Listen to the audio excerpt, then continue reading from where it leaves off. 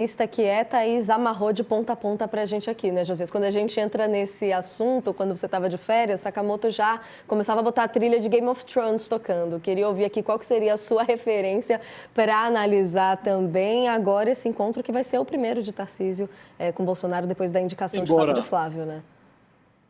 embora o governador não mereça, a minha referência é o Shakespeare, né? O Tarcísio, sempre que ele tenta exibir algum traço de autonomia política, ele apanha do bolsonarismo. E aí, submetido à pancadaria, o governador do estado mais rico, mais poderoso do Brasil, ele verga a espinha e se submete às conveniências do Bolsonaro e da família dele, né? Na política não existe sinceridade, mas todo político busca ali um simulacro perfeito. E o Tarcísio de Freitas, ainda oscilando ali entre o Bandeirantes e o Planalto, ele procura não parecer o que é, porque ele imagina que o Flávio Bolsonaro ainda pode ser o que pode não ser o que parece. O Bolsonaro diz: meu pai me indicou, sou presidenciável, vou concorrer à presidência. Do Tarcísio acha que ele ainda pode não ser o que parece. E nesse teatro aí de máscaras e aparências, o Tarcísio decidiu adiar o encontro com o Bolsonaro. Aí ele alegou que tinha outros compromissos. Conversa mole. Depois a agenda dele mostrou que os compromissos dele eram despachos internos, que é um eufemismo para audiências irrelevantes. O que levou o Tarcísio a adiar esse encontro com o Bolsonaro foi um comentário do Flávio Bolsonaro, que na véspera disse que o pai dele, na reunião com o Tarcísio, diria que ele é o candidato e que o Tarcísio deve se contentar lá com a reeleição em São Paulo, que é fundamental para derrotar o PT, e que o pai diria da própria boca, o Tarcísio ouviria da própria boca do Bolsonaro que a presidência da República não é para ele.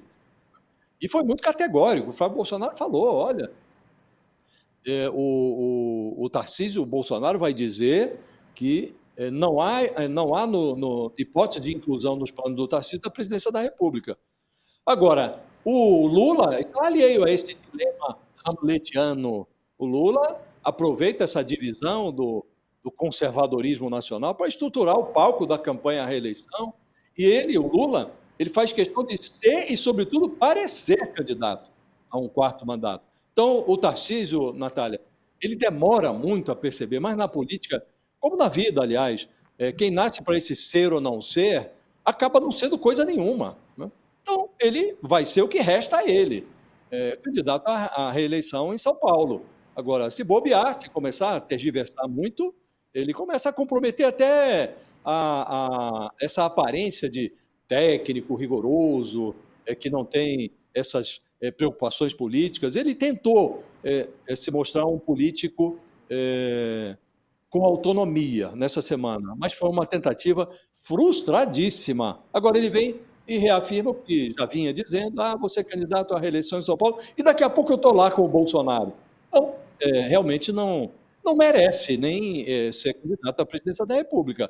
Se até agora ainda não percebeu que um candidato à presidência precisa abandonar esse dilema shakespeariano, ser ou não ser e tal, então é bom que ele nem seja candidato, porque, francamente, não merece ser, né?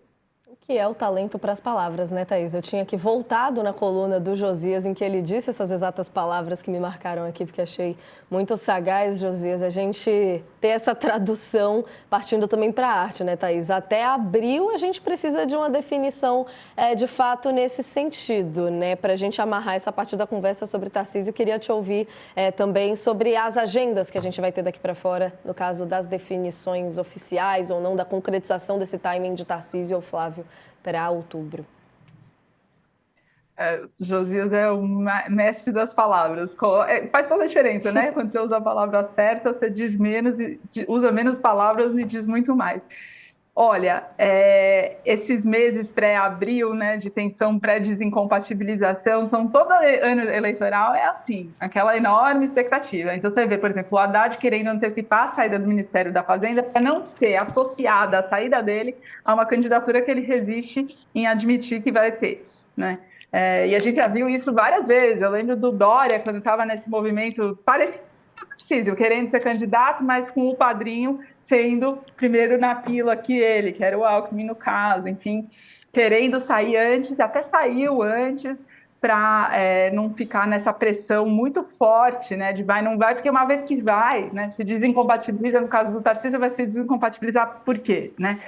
O Eduardo Leite fez esse movimento, se desincompatibilizou do governo e depois disputou a reeleição, não estando na cadeira. Foi um movimento assim arriscado. Ele tinha chances de acabar sendo punido pela população por ter largado o mandato dele para disputar uma eleição que não aconteceu, que ele teve que desistir, perdeu o apoio do partido dele na época, que era o PSDB, e voltou para o Rio Grande do Sul. Funcionou com ele, mas foi por foi arriscado o movimento. O Tarcísio agora está sob essa grande pressão.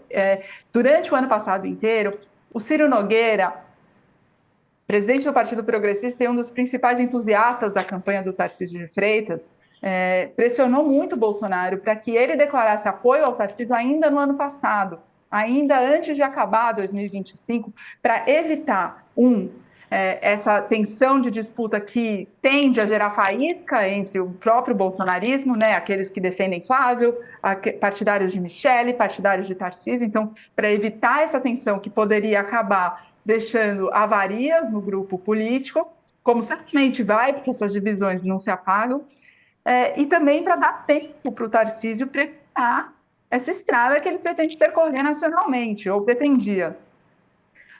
Uma candidatura nacional para uma figura que está chegando agora, né? O Tarcísio é muito desconhecido, por isso tem uma rejeição mais baixa, inclusive, que o sobrenome Bolsonaro. Ela requer viagens, ela requer propaganda, ela requer uma movimentação que, durante os 6 meses regulamentares de campanha eleitoral, nem sempre é possível ser feita, embora a gente já viu acontecer também de ilustres desconhecidos ficarem ali na boca do gol. Então, havia essa pressão do Centrão para o Bolsonaro antecipar esse calendário, mas o Bolsonaro não só antecipou, como jogou na confusão, deixou em aberto para anunciar só depois de preso que apoiaria o Flávio Bolsonaro, no momento em que ele não pode falar de viva voz. Portanto, sempre por intermédio do Flávio, com os ruídos gerados pela Michele e agora também pelo Tarcísio. Esse movimento acabou gerando aquilo que o Centrão e o Ciro Nogueira, um estrategista desse grupo, queria evitar, que era toda essa disputa. Então, agora, qualquer candidatura que o Tarcísio venha a encampar, e eu acho que o Josias deixou isso muito claro, qualquer candidatura que ele venha a encampar, ele vai ter que responder por titubeadas, ambiguidades, né, gestos assim que deixaram um pouco de dúvida de quais são as intenções dele aqui ou ali, né? Então, isso certamente, com uma candidatura começar, já é um desafio, um obstáculo inicial. Mas também tem tempo, né? Depois começa tempo de televisão, dependendo do arco de alianças, isso, a campanha na televisão ajuda a fazer esse trabalho, né, de conhecimento, enfim, tem rede social, tem tempo. Esse ano vai ser longo, Natália. Nossa, já estou aqui querendo respirar. Imagina vocês, a gente que achou que poderia ter um começo de ano um pouco mais tranquilo para se preparar para essa reta final ali já de julho para frente, mas fica apenas o meu desejo de boa sorte para todos. E aí, reforçando mais uma vez a importância do trabalho da imprensa, né, Josias e Thaís? Queria mudar de assunto com